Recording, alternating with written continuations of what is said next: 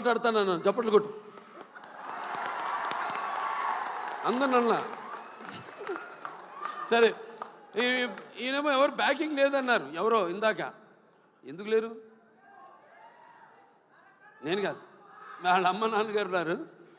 వాళ్ళ నాన్నగారికి చెప్పక్కర్లా, జెమాలజిస్టు, జాతకాలు, వాస్తులు, బ్యాకింగ్ ఉంది కదా, కరాటే. ఇంత బ్యాకింగ్ పెట్టుకుని అసలు బ్యాకింగ్ లేదని పబ్లిసిటీ చేయిస్తామండి అందరి చేత, సింపతి కోసం. మీ నాన్న నాకు చెప్తుంటారు, మా అక్క గారి దగ్గరే జమాలజీ నేర్చుకుంది, దగ్గుబాటి పురంధరేశ్వరి గారి దగ్గరే. ఆవిడకి ఇన్స్టిట్యూట్ ఉంటుంది. అలాగే మన ఇద్దరిని కాపాడేది ఏంటంటే దైవం, భక్తి. అవునవునేంటి, పొద్దున్నే లేచి పూజ చేస్తా?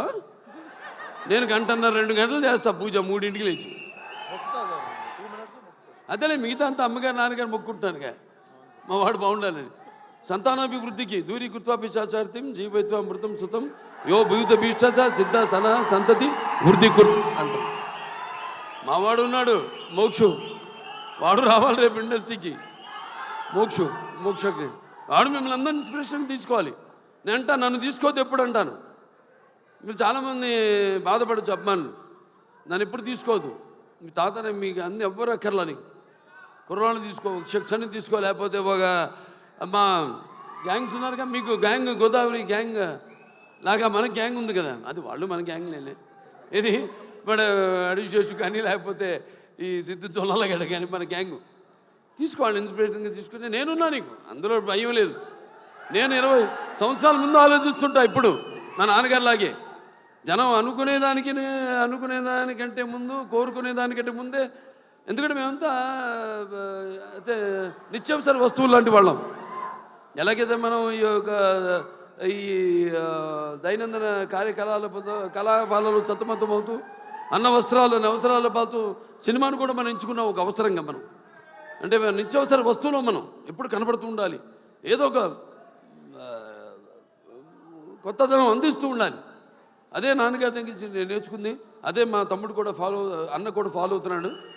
అదే మా ఇంకో చిన్న ఉన్నాడు మోక్షు, రేపు అతను కూడా ఫాలో అవుతాడు అతను అని. సో ఎవరైనా ఏదైనా మారుతున్న కాలానికి అనుగుణంగా మనం ఇవ్వాలి.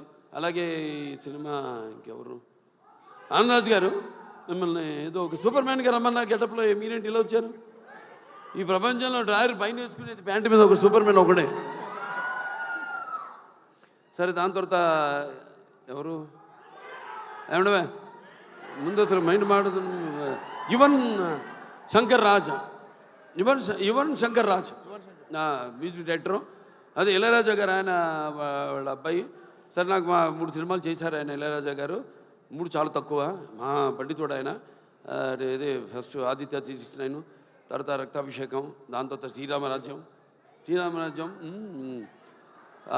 అట్లా మరి డెఫినెట్గా ఏదైనా క్యాప్టెన్ ఆఫ్ ద షిప్ మా డైరెక్టర్ కృష్ణ చైతన్య. అందరి నుంచి ఆర్టిస్ట్ దగ్గర నుంచి అయితేనేమి ఇతను కంట్రోల్ చేయడం కష్టం. ఎంతవరకు తీసుకోవాలో, ఎంతవరకు కంట్రోల్ చేయాలో తెలిసిన క్యాప్టెన్ ఆఫ్ ద షిప్. అంటే ఏటువాలుగా ముత్యాలు దొరుకుతుంటే చూడడానికి ఎంత అందంగా ఉంటాయో, అలాగే ఆర్టిస్ట్ నుంచి వాళ్ళ హావభావాలు రాబట్టుకునే సత్తా ఉండేది మన దర్శకుడి దగ్గరే. అలాగే ఎవరి దగ్గరైనా సరే, పాటలు ఏమైనా మన నేటివిటీ, అక్కడ పేరుంది, బ్రాండ్ నుంచి మనం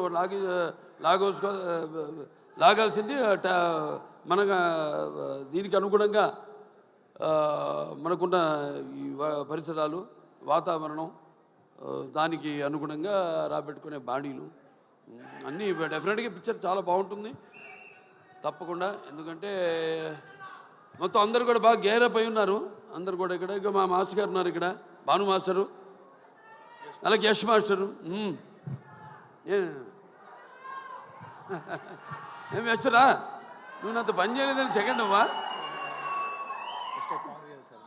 చేద్దాం తప్పకుండా. సో బాగుంది చాలా. ఇవాళ 2 పండుగలు, ఒకటి ఆయన పుట్టినరోజు జయంతి సందర్భంగా ఎంతోమంది అభిమానులు వచ్చారు ఇవాళ. అటు విశ్వక్సేన్ గారి అభిమానులు, నా అభిమానులు, అలాగే కళా పోషకులు, కళా ప్రేమికులు, అలాగే విఘ్నులు, ప్రాజ్ఞులు, అలాగే press, print and media, print and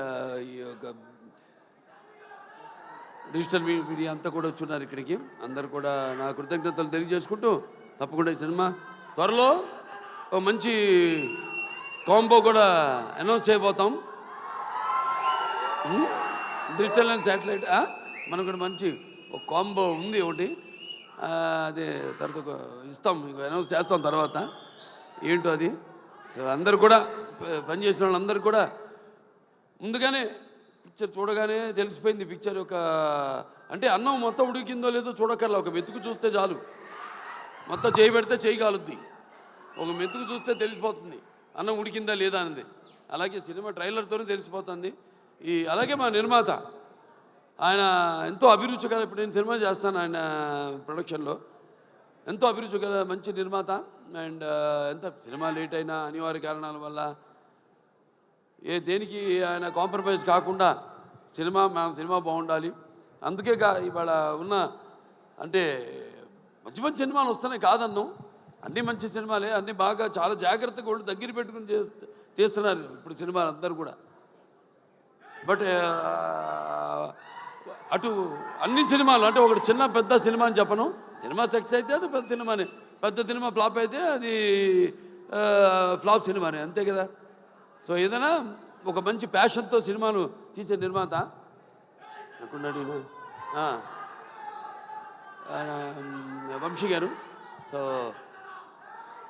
త్రివిక్రమన్ గారి బ్యాకింగ్ అన్నీ ఉన్నాయి, ఒక రైటర్సు అందరూ, ఒక ప్రొడక్షన్ హౌస్ ఇది. ఒక హౌస్ అంటే కూడా ఒక ప్రొడక్షన్ హౌస్. అన్ని బ్యానర్ల పేర్లు చెప్పాను ఏమేమి ఉన్నాయో. సితార్ ఎంటర్టైన్మెంట్ చెప్పాను, అలాగే శ్రీకర్ స్టూడియోస్ చెప్పాను, అలాగే 14 ఫార్చ్యూన్ 4 స్టూడియోస్ సినిమాస్ చెప్పాను. సో అందరూ కూడా ఉన్నారు కాబట్టి డెఫినెట్గా ఇది కొత్త వాళ్ళకు కూడా మంచి అవకాశం ఇవ్వడానికి ఒక మంచి వాళ్ళందరికీ ప్రోత్సాహం ఇస్తారని అనుకుంటూ సరే సినిమా కూడా మంచి ఎప్పుడు ఫస్ట్ కదా May 31 చెప్పాడు ఆయన సెంటిమెంట్. ఎక్కడో ఆయన ఒక్కొక్కరు ఎత్తుకోవాల్సి వస్తాను.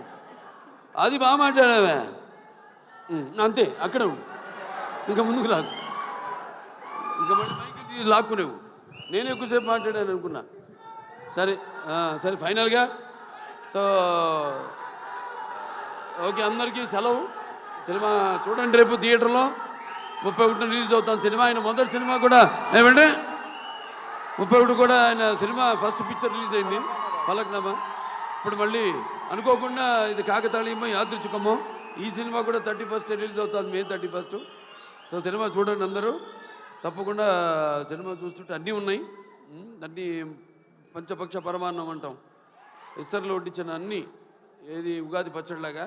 సో డెఫినెట్గా ఈ పిక్చర్ మీ అంచనాలకి నా అంచనాలకు కూడా తక్కువ కాకుండా అందరినీ కూడా అనుకున్నంత స్థాయిలో సినిమా ఘన విజయం సాధించాలని మనస్ఫూర్తిగా కోరుకుంటూ నన్ను పిలిచినందుకు మరొకసారి నా ధన్యవాదాలు తెలియజేసుకుంటూ నేను సెలవు తీసుకుంటున్నాను.